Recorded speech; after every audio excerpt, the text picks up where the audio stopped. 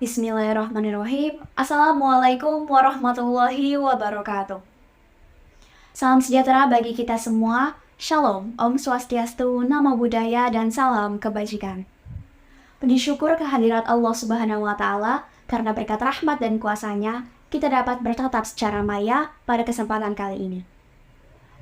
Yang terhormat, Dewan Juri Lomba Health Speech Competition Dies Natalis Kesehatan Masyarakat UPNVJ ke-20, yang saya hormati panitia penyelenggara yang telah bekerja keras demi kesuksesan acara ini, dan juga rekan-rekan sekalian dimanapun Anda berada.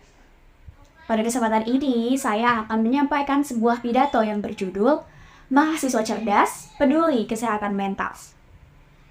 Beberapa tahun ini, isu kesehatan mental memang hangat diperbincangkan. Apalagi setelah pandemi kemarin yang seakan membuat pikiran kita jauh tertinggal di tahun 2020 lalu. Pandemi seakan mendorong kita untuk sadar bahwa kesehatan mental perlu kita beri perhatian lebih. Rekan-rekan sekalian, sebagai mahasiswa atau sebut saja Gen Z, kita mungkin dipandang lemah karena terus-menerus mengangkat isu kesehatan mental di media sosial. Padahal, banyak dari kita yang ingin menyebarluaskan isu tersebut agar orang lain paham dan dapat membantu dirinya sendiri dan juga orang lain. Namun, tidak sedikit juga yang beranggapan bahwa isu kesehatan mental bukanlah bahasan yang penting dan malah membanding-bandingkan generasi saat ini dengan generasi sebelumnya. Ya inilah kami, mahasiswa Gen Z dengan segudang stigma kami. Melihat fakta di lapangan, kasus yang terkait kesehatan mental seakan terkuak satu demi satu dan tentunya membuat kita iba. Bahkan Indonesia National Adults and Mental Health Survey tahun 2022 melaporkan bahwa 15,5 juta remaja di Indonesia mengalami masalah kesehatan mental. Dan juga 2,45 juta remaja di Indonesia mengalami gangguan mental. Dari angka sebesar ini, ironisnya hanya 2,6% saja yang menjalani layanan konseling.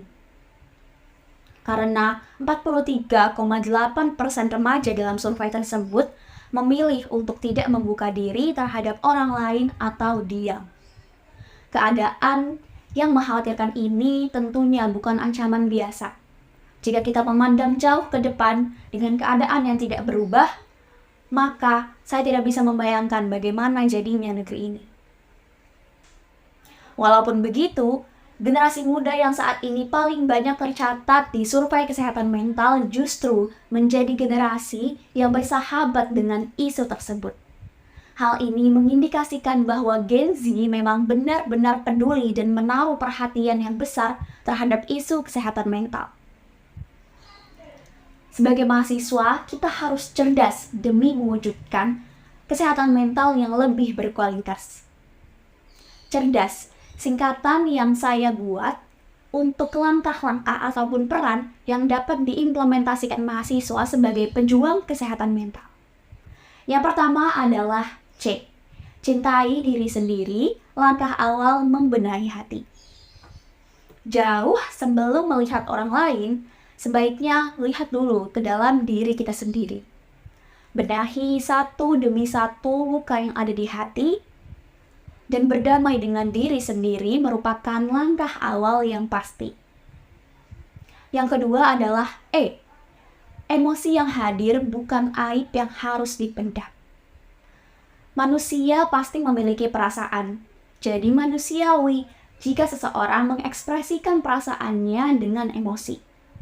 Emosi yang hadir, baik emosi baik ataupun buruk, sebaiknya tidak dipendam. Carilah orang yang dapat dipercaya dan ceritakan masalahmu dengannya.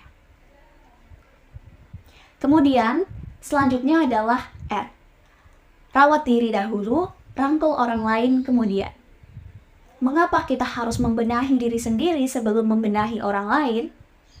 Karena jika kamu bisa menolong dirimu sendiri, besar kesempatanmu untuk dapat berhasil menolong orang lain. Meskipun rasa pedulimu sangat tinggi, perlu diingat bahwa dirimu merupakan prioritas utamamu. Selanjutnya adalah D. dukung gerakan kesehatan mental yang lebih baik. Media sosial yang luas saat ini merupakan ladang bersuara di tengah manusia. Jadikan kesempatan itu untuk membantu orang lain yang mungkin tidak tahu dan tidak mempunyai tempat untuk mengadu. Apalagi sebagai mahasiswa, kita memiliki kuasa untuk bersuara dan menyuarakan.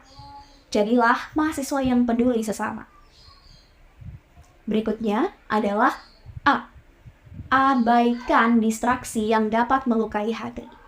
Seperti yang saya utarakan sebelumnya, tidak semua orang menganggap bahwa isu kesehatan mental merupakan bahasan yang penting. Jadi, daripada sulit-sulit untuk menutup mulut mereka satu persatu, lebih baik gunakan kedua tanganmu untuk menutup telinga. Dan yang terakhir adalah S. Serempak kita kuat. Kita harus bangga dapat berdiri bersama dan menyongsong perubahan yang lebih baik bagi kita dan juga generasi selanjutnya. Meskipun dianggap remeh, setidaknya kita tetap berusaha. Dengan cerdas, mari wujudkan kesehatan mental yang lebih berkualitas.